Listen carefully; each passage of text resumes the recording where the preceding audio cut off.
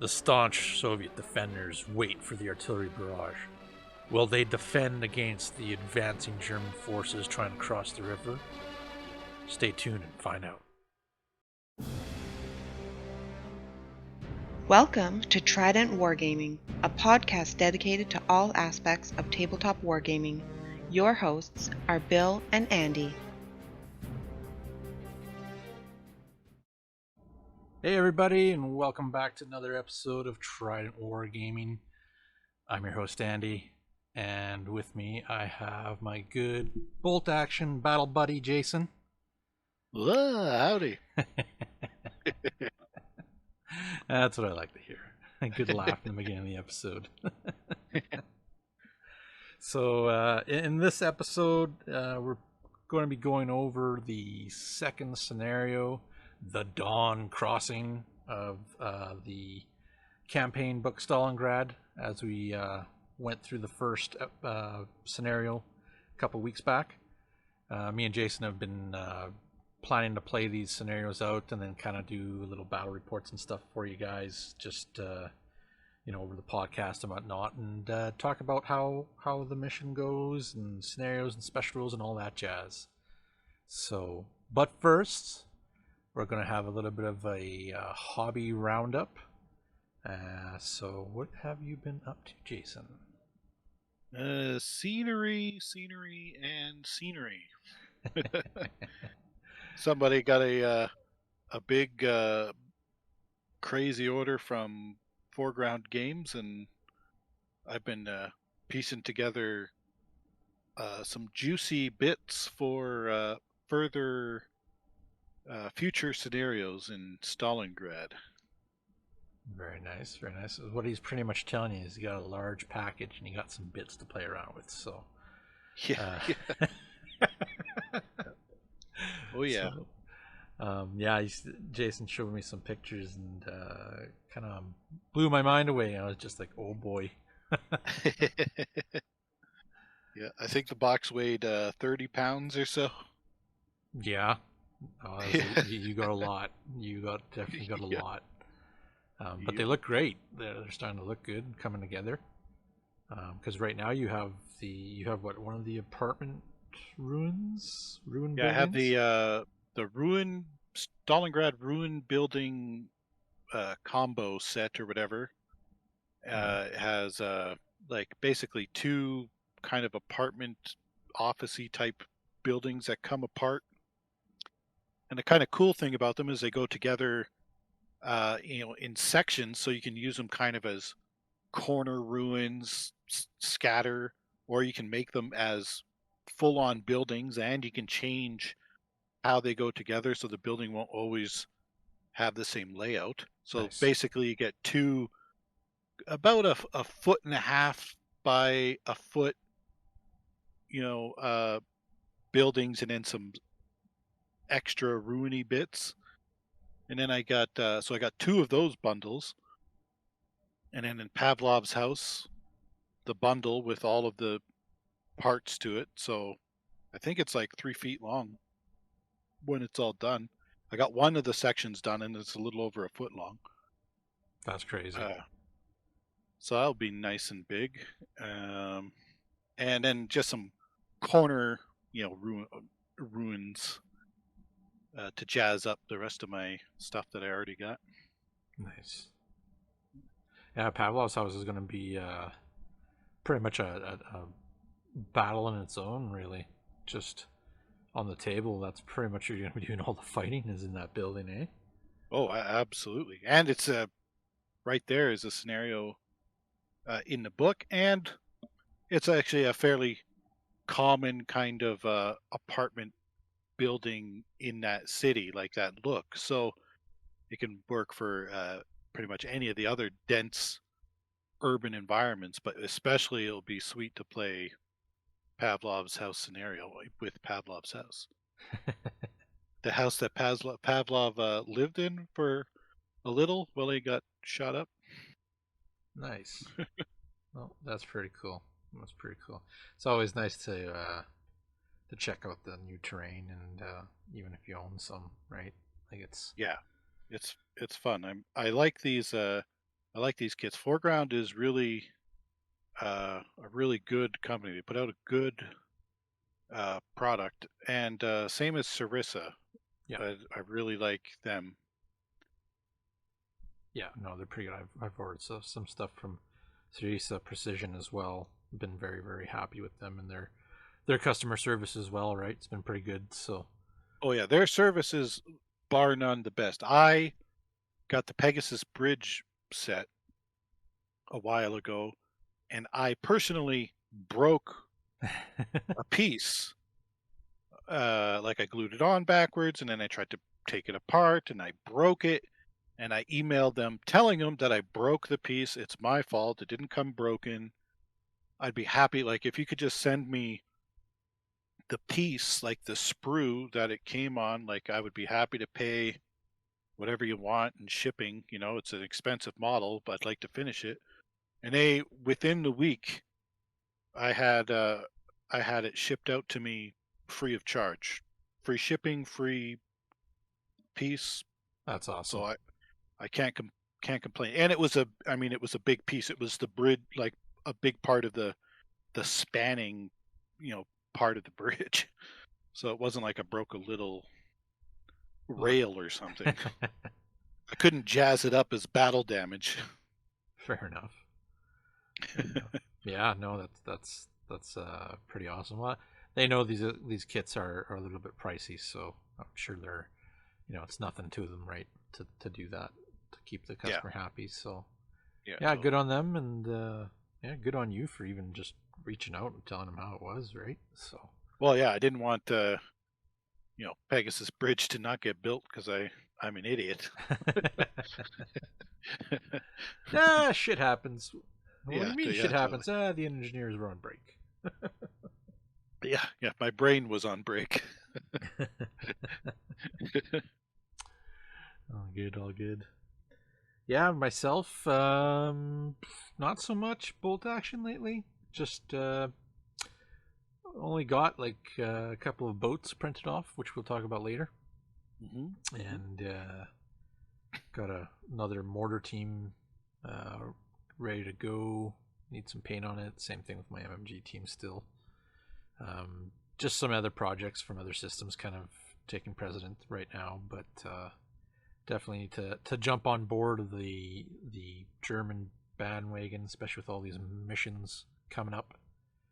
I've come to realize that definitely need some other different units, grenadiers, all that stuff for Sweet. upcoming missions. So yeah, just gonna be taking a look at that, revisiting some of my old Blitzkrieg German miniatures, and seeing where I can fit them in to fill in the holes that I need.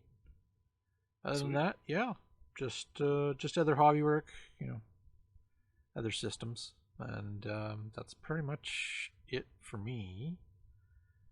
So not too exciting,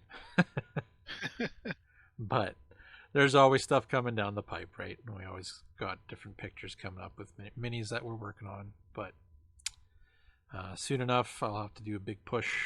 I believe planning for next year, possibly try to get 2 other armies done up, put a little bit more time into the miniature range for bolt action. So Sweet.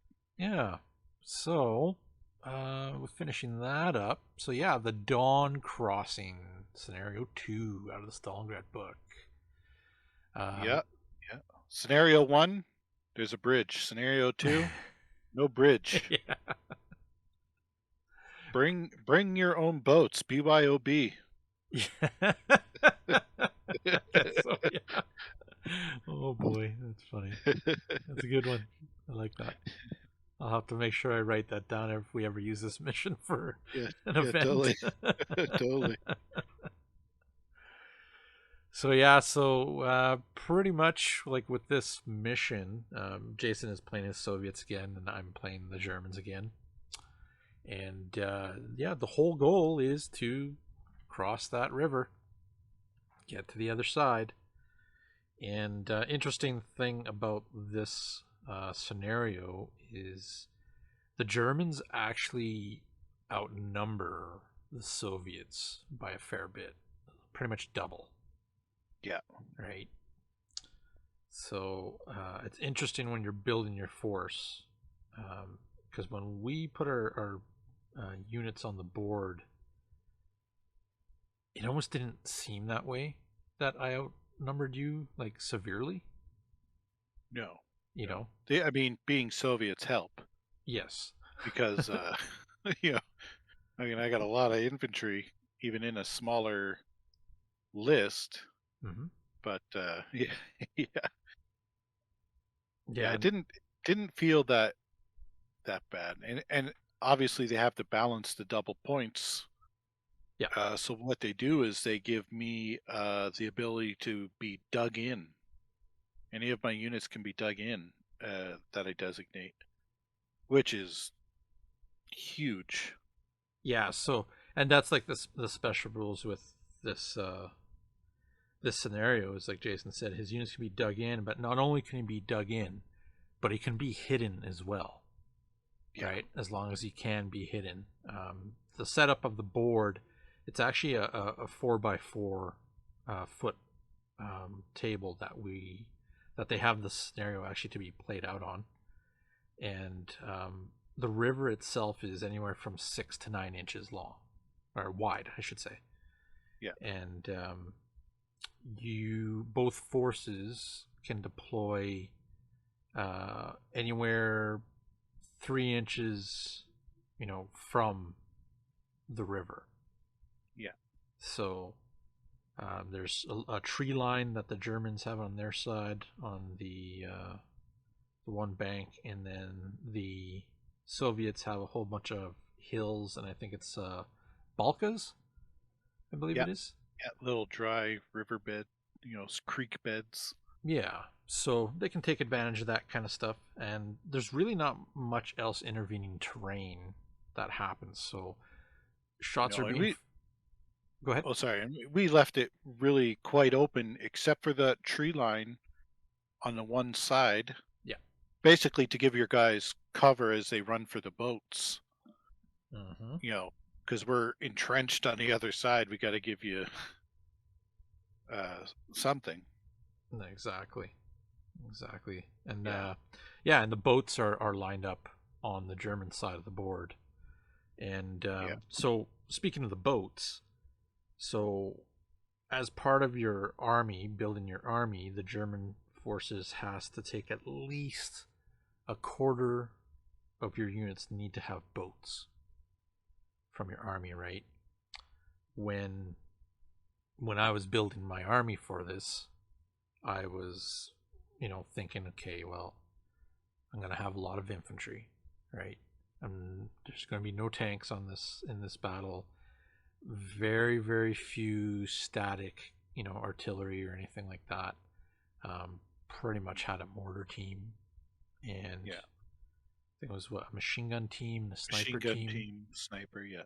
Yeah. And which is smart because you score your victory points based on units across across that river. Yeah, and So that's a portion.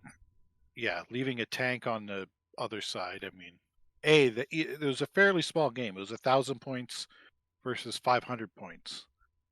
Yeah. So a tank would have eaten up a lot of points, and yeah, maybe the big gun could have done some damage, but probably not if I'm dug in, and there's a lot of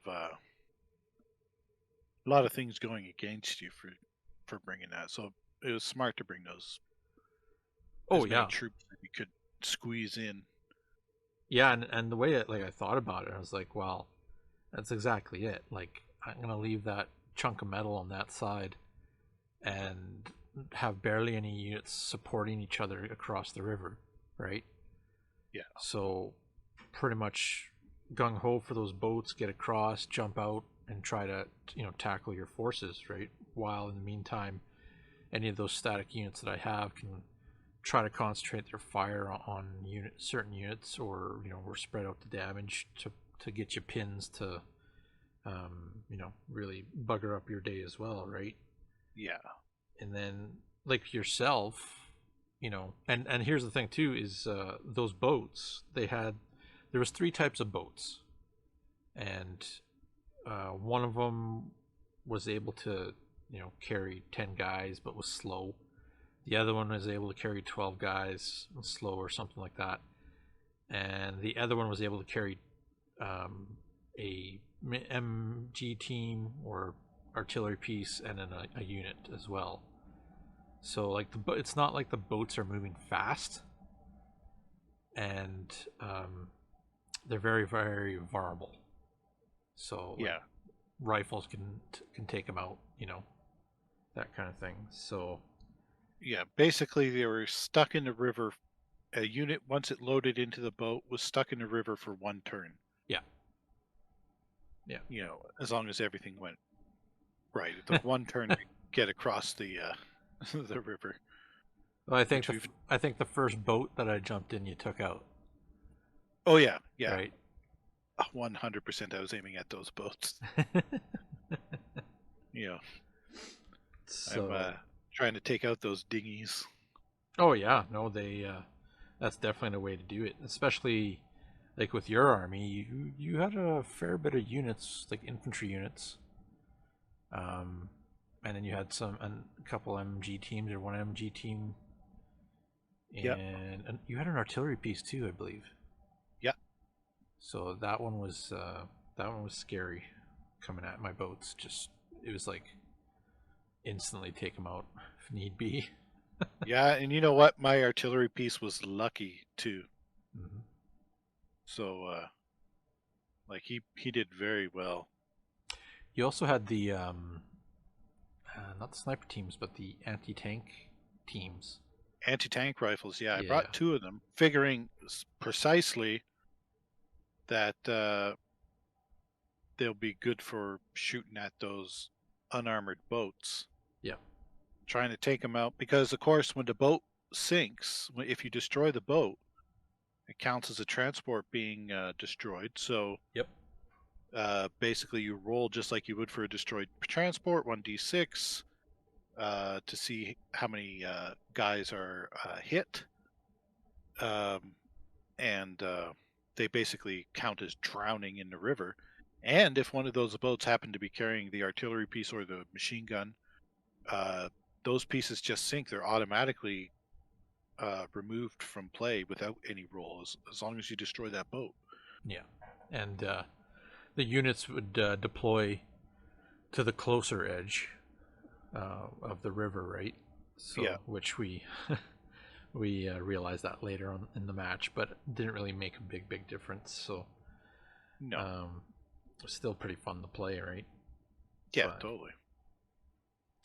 But yeah, there was a fair bit of action on both sides in this match. One of the big things with this match was the decision to use the prep bombardment as the attacker. Yeah. Yeah, Andy had the option to use the prep bombardment, but if he did, I would be allowed to put any units I wanted into ambush. Yeah. Which made him hesitate for a minute and made me think that the prep bombardment would be a bad choice too, actually. But then he went ahead and did it, and you know what? It proved us wrong because the prep bombardment was actually decent. It didn't make me want to put any guys in ambush because I had pins on everybody, and I didn't want to have ambush, hitting on 7s. Yeah. That doesn't make any. There's no advantage to me. So no, I think that was smart, causing those pins, making me have to do some rally tests and instead of some shooting or shooting at a disadvantage. I think that was a smart idea, and you did pretty good on your. You took out my sniper, I believe. The sniper and I think the cow got hit too.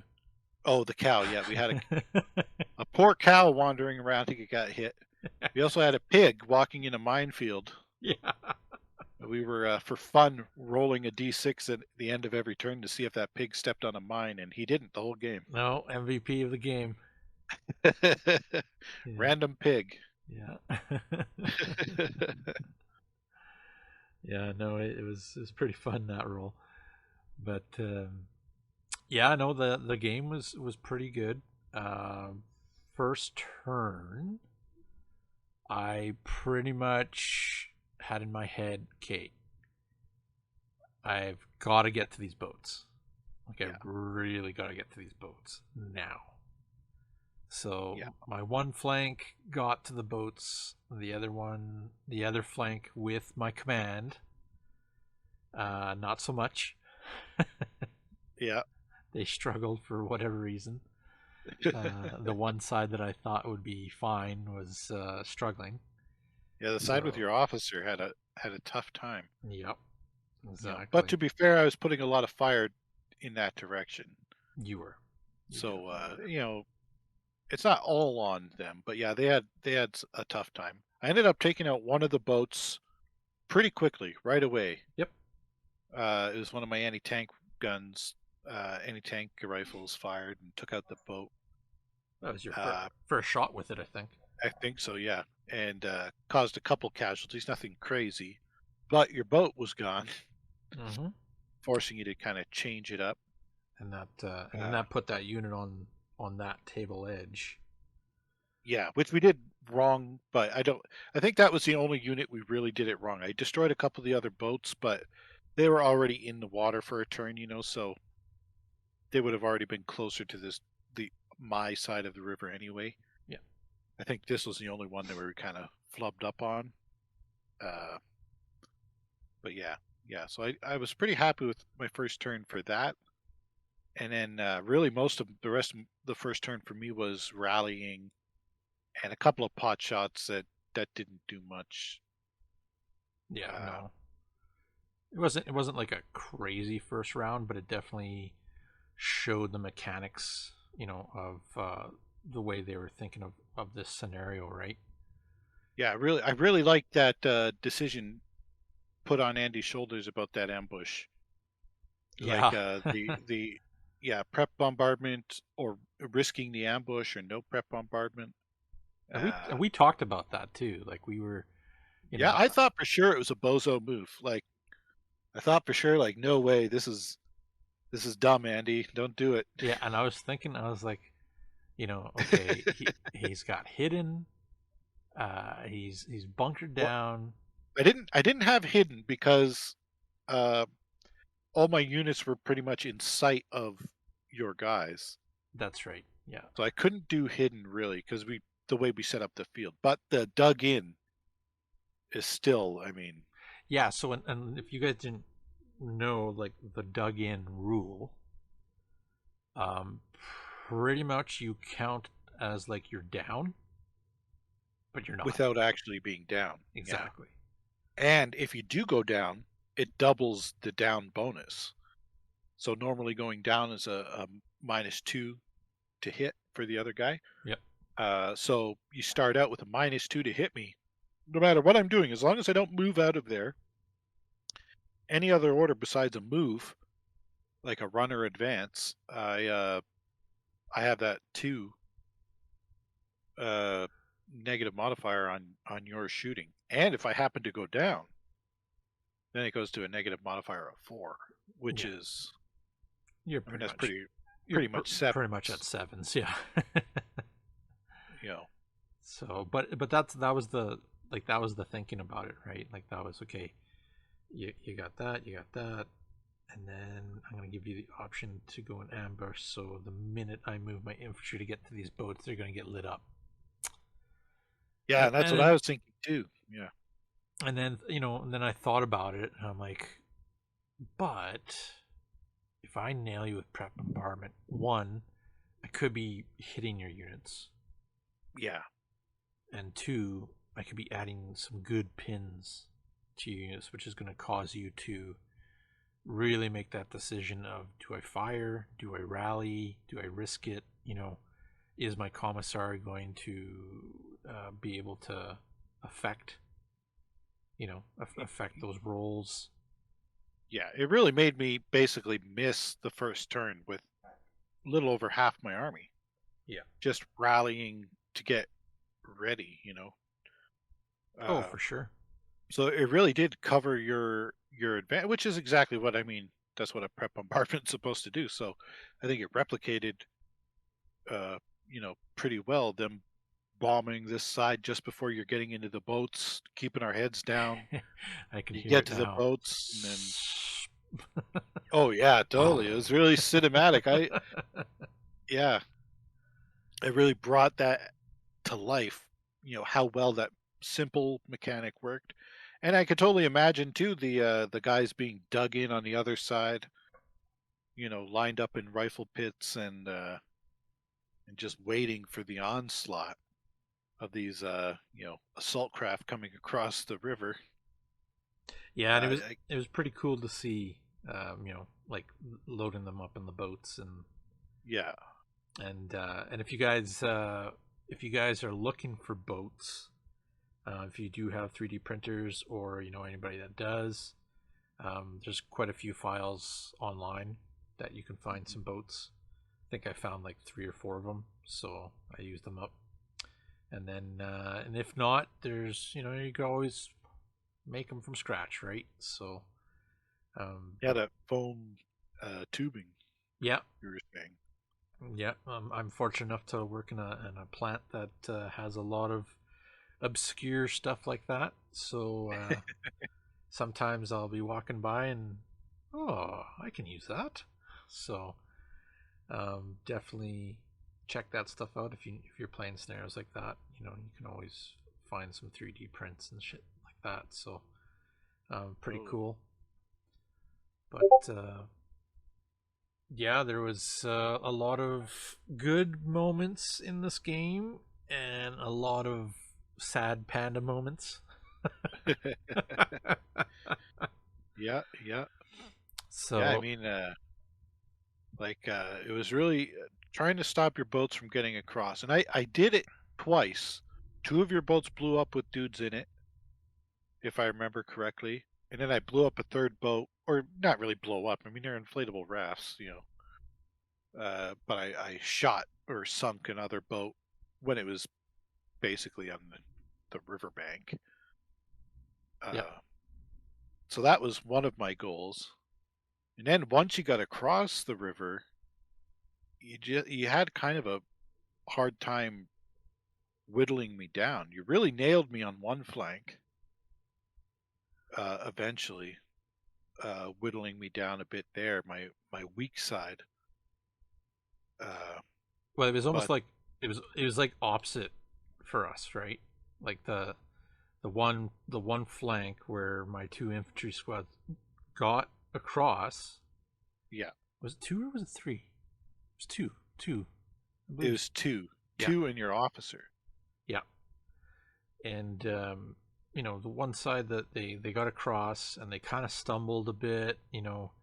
I had failed some of my order tests to get them going, Yeah, and even with the boat, right? Because the yeah, they sank. Their boat sank yeah, technically. So, but even one of the boats was so oh, I had stuck. yeah, because I ended up doing a UN snapped action, I believe, Yeah, and the whole plan was to move the boat, deploy the infantry, deploy the officer, and like get going now. Like let's get off yeah, this boat before we take hits, right? but you flubbed it. And the boat, yeah, the boat just kind of nope, not happening. So you had a malfunction in your boats. They weren't working the way you needed them to do to work. And I had taken them all as regular, so pretty bad rolls. There was, yeah. Well, actually, there was some real bad rolls over there, even with the flamethrower from the engineers or the pioneer squad, Yeah, yeah, right? and that's the squad I was worried about. So first Yeah, shot with the flamethrower, he missed, and then ended up pretty much using up all his fuel. So yeah, yeah.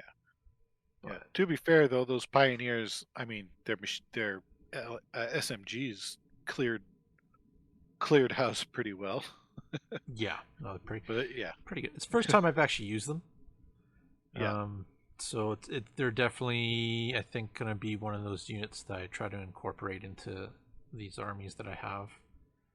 Oh Um, yeah, Especially for Stalingrad, it's just a matter of seeing if I can match them up to my current army. See if I have some miniatures for that. yeah. I know I have the regular ones that they made, but I don't know if those bits are going to be compatible to put on to like the winter Germans Yeah. and stuff, right? So we'll see how that goes. But And then my artillery was just pounding away at your support you had on the other side. yeah, yeah, 'Cause your mortar uh, zoned in right away on my artillery. So then I fired back at him, and the first shot I took him out. yeah, you did. Yeah. So Yeah. I didn't want that mortar, you know, a just taking out Your my heavy big hitter. hitter, Yeah. you know, and B just uh, dropping those shells in on my infantry. I had I had so many infantry because I brought the cheap Russian infantry, inexperienced dudes, two squads of those plus my free squad, so I still had 30 dudes in my list, Yeah, and or they held their ground. 30, 36, I guess technically, but Yeah. they held pretty good. The one flank got destroyed, but my other flank, I had one flank that had one squad with my officer pretty close by and a machine gun. Yeah. And then my other flank had two squads with my I never remember the name of that commissar, the fancy commissar, which allows my inexperienced guys to fire without the -1 penalty for being inexperienced, and does Which is all the other. huge. Oh, so good, Yeah. so good. It's I can't remember the exact point difference, but it's not very much, and he's regular instead of inexperienced. Experience. Yeah, exactly. So that's like I mean that guy is the guy to take whenever he's an option. I'll So I definitely had have to. him on the other flank with those two squads, and I had my sniper up in a good firing position, and my who got killed in the bombardment, and my two anti-tank rifles kind of spread out in good firing positions, and my artillery piece right in the middle, Yeah. uh, being able to cover both kind of the whole zone.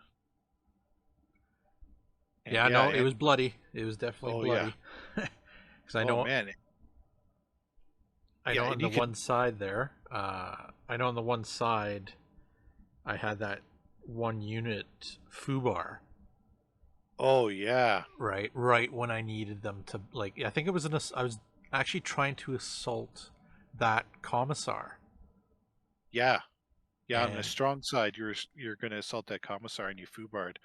Which, if you had, I had the commissar in between the two units, so if he had assaulted that and won the combat, most likely he had. I think you had 8 or 9 guys still in that mhm. squad. You would have won that combat most likely unless you had really atrocious luck. And then you foobarred. Oh man, and it left you right in the open, right in front of that commissar and 2 other squads. Yeah, that unit got chewed up pretty much. So, Oh yeah, just got beat down. and then the same kind of thing happened with the unit beside them. They got stuck there. They were pressed and yeah, just took too many hits and they kind of were unsupported. Right, I didn't have enough on Yeah, that side to support. Um, yeah. but regardless, I mean the battle was pretty fun. The moments were really fun. We had some pretty good laughs, and Oh yeah. Of The pig course. was amazing. Yeah, I was- And it was like it was still a nail biter. Like you really cleared out that one flank, Mhm. my weak flank. But we were running out of turns, so if we had more turns, maybe those engineers would have been able to come farther across and start chewing me up more. Yeah. Yeah, because it was So almost like you, the way I was looking at it and kind of remembering it here too, just it was like that one the flank had pushed through, and they just bypassed some units and pushed right into the hunker down units, and now yeah, they're kind of trying to do a sweeping, sweeping closing the gate kind of moment yeah, totally clearing where those heights and yeah, whereas on the other flank, the staunch Soviet defenders were literally like pushing back the Germans to the river by bayonet, and you know oh yeah, and it yeah, was just like, oh crap. What's gonna happen yeah, here? Is it too late? Did my guys move in too late? And yeah, it pretty much they did. They yeah, did stalled, right? Like you did a good job installing my forces and yeah. I throwing will. multiple pins. Yeah, I was just going to say that. I will say that not to toot my horn, I'm not really a great general. I lose as many as I win, but I feel like I did a good job of pin management, like distributing the pins so every unit had a couple of them.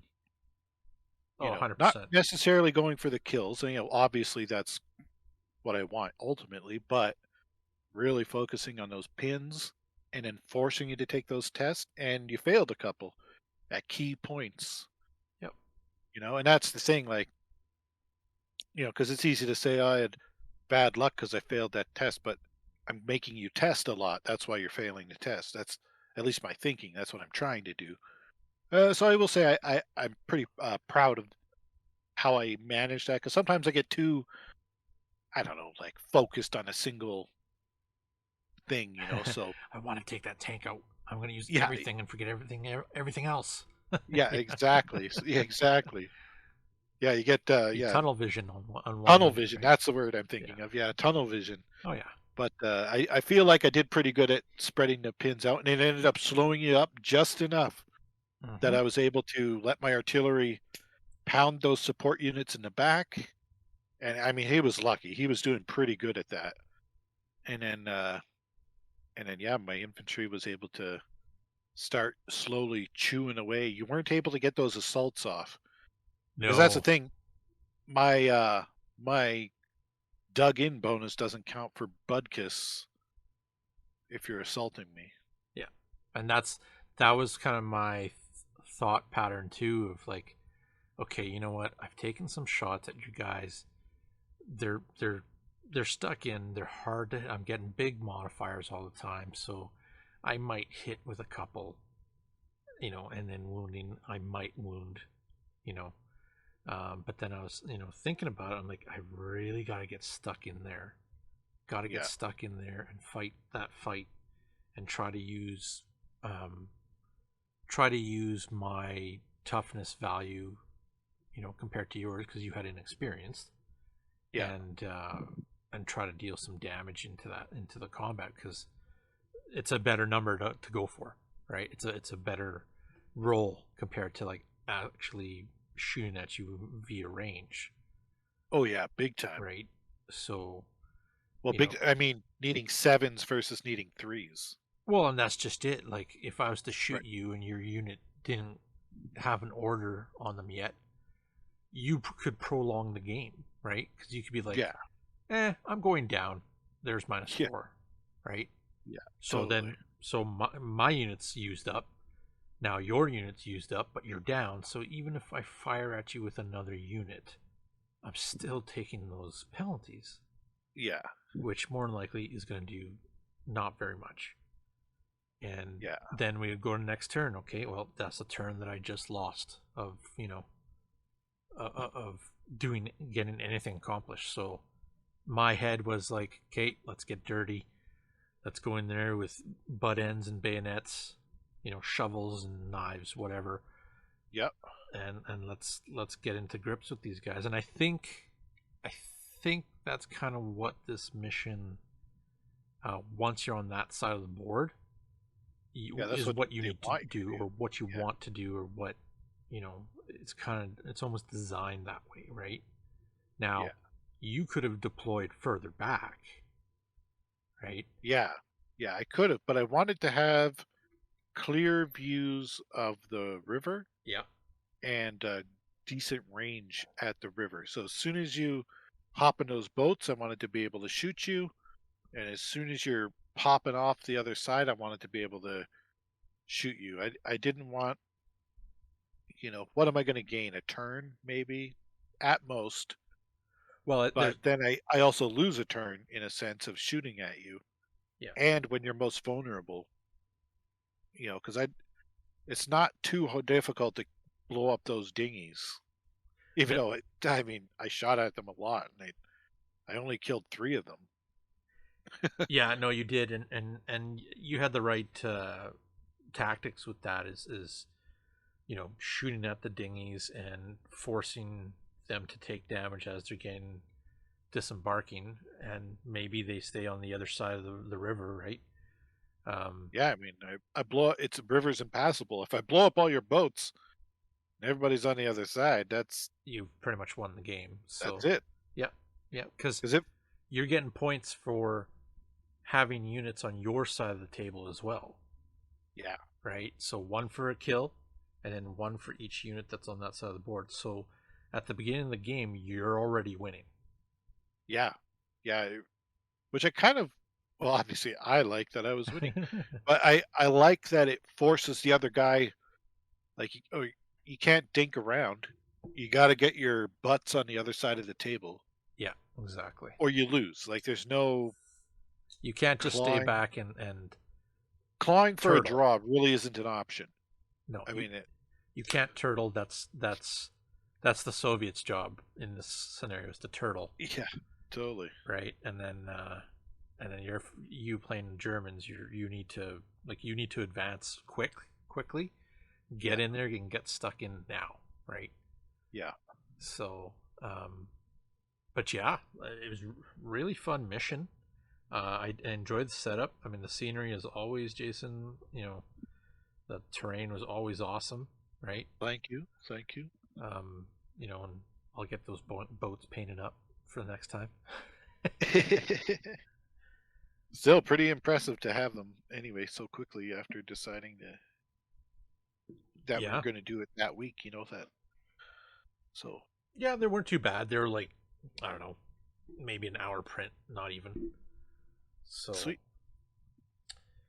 but yeah, overall, Jason took the day again on that scenario. We'll see. He hampered me enough to the point where any units of mine that were crossing the river had either got onto the river and have gotten destroyed, and I didn't have enough staying power to counter his units, and he had scored um, a few more kills than I did. So yeah, Jason took the day with his Soviets, pushed me back to the river. Look today. So far, Soviets are doing pretty good with rivers. Yeah, they are. Yeah. Let's see how they do when you take the rivers away. That's A different story. yeah. But yeah, going forward, now our next mission is there's still bridges and there's still a river. Oh yes, this is the what is the title of this next Oh, one? Spartanovka.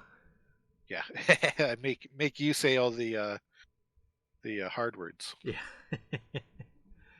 So yeah, scenario 3. That's the one that we're going to be playing, and it looks like so. Yeah, there is the river, but this time there's like 3 bridges. Okay. And the German deployment area, they're pretty much coming through like a workers' camp, residential looking area. Oh yes, this is the attack on the initial attack, probing attack on the the factories Yes. portion of the city in the north. Yeah, and then there's like a railroad track on the one side that runs. That's actually one of the bridges is for the railroad. Oh, sweet. So that'll be fun. And then yeah, there's the little factory part that the Soviets kind of are defending. So that one will be pretty interesting. There's dug in that one again. Prep bombardment. It's played on a 6x4 table this time. And I believe the theater selector for the Soviets is the People's Militia one. So this is so theirs is the tractor factory theater selector. Yeah. Okay. Yeah, I'm not sure about that one. What that is? What's in that one at all? But it basically you can take regular a couple of regular Soviet infantry if I remember, but mostly it's going to be inexperienced factory workers with rifles. Oh yeah, here it is. Yeah. People's Militia. And one of the cool things is they have option to bring a T-34 from the factory that isn't complete yet. So it's I believe it's inexperienced, and you have a little chart to roll on to see what defect that vehicle has, because it's not finished. It's to replicate that they just whatever they have on the line, they're turning it around and trying to get it. If it can drive and shoot, that's all they require of it. So you have to roll on a chart to see what defect you have to deal with, plus your inexperience. So even small arms can give you pins. Allows you to take two of them. Yeah, two. Yeah, two T-34s, even crappy ones. I think it will be fun. I think it will be fun to have all these crappy, Oh yeah, there's different People's options. Militia, NKVD. I think you can take. Yeah, NKVD. You have naval brigade squads. Yeah, and a student officer squad as well. Yeah, because there's a military school nearby here. So there's that for the Soviets, and then the Germans have the armored Kampfgruppe reinforced platoon. And by the looks of it, they're pretty much an armored company with transports, right? Yeah. So, your required units to take is your lieutenant, a Panzergrenadier squad, and what it is, special rules is any of those Panzergrenadier squads, they have to take a transport. Sweet. So a truck or the SDK FZ 251/1. But then on it as well is something that you have to take is you have to take a vehicle from the Panzer II, Panzer III, Panzer IV, and Stug 3, and they have of course all the variants here. Yeah. But that's one of the units that you have to take. And then of course you have options to take more. So interesting. It'll be a bit different. And also the setup of the scenario too leaves quite a bit. It's like the workers village, the workers housing. Yeah. Which is kind of like a suburban type block. And then the river, and then quite an open area in front of the factory. And then the factories kind of on the other side of the table. So quite a big open middle ground. Yeah. Which I think will... Well, it is open, but I just was reading here. You actually do receive 24 inches worth of trenches. Oh! So... hot diggity. I guess I better get to work on some trenches now.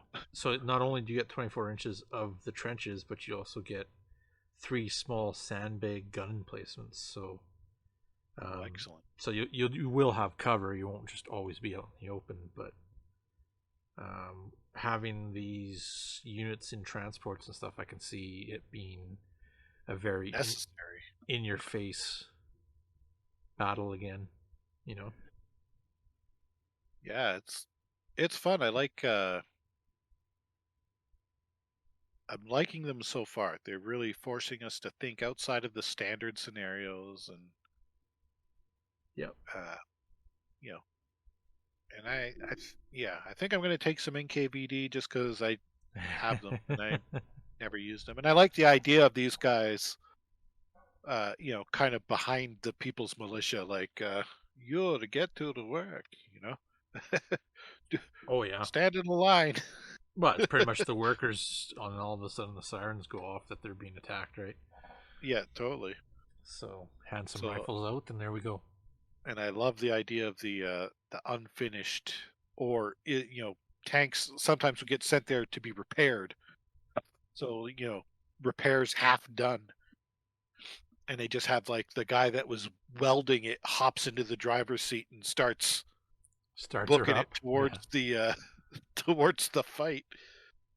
I love that idea for a battle. I think it'll be cinematic, just like the other ones really brought my mind into the cinematics of the game, which I always say is one of my favorite parts of this game. And these scenarios even more so bring me into that. So I'm hoping for the same kind of effect. I think we'll get it. Oh, 100%. 100%. I mean, I'll be This is our bringing. first. Oh, sorry. Go Sorry. ahead, Go ahead. Jason. Go ahead. I'm just about to say this is our first kind of taste of urban warfare in this book so far too.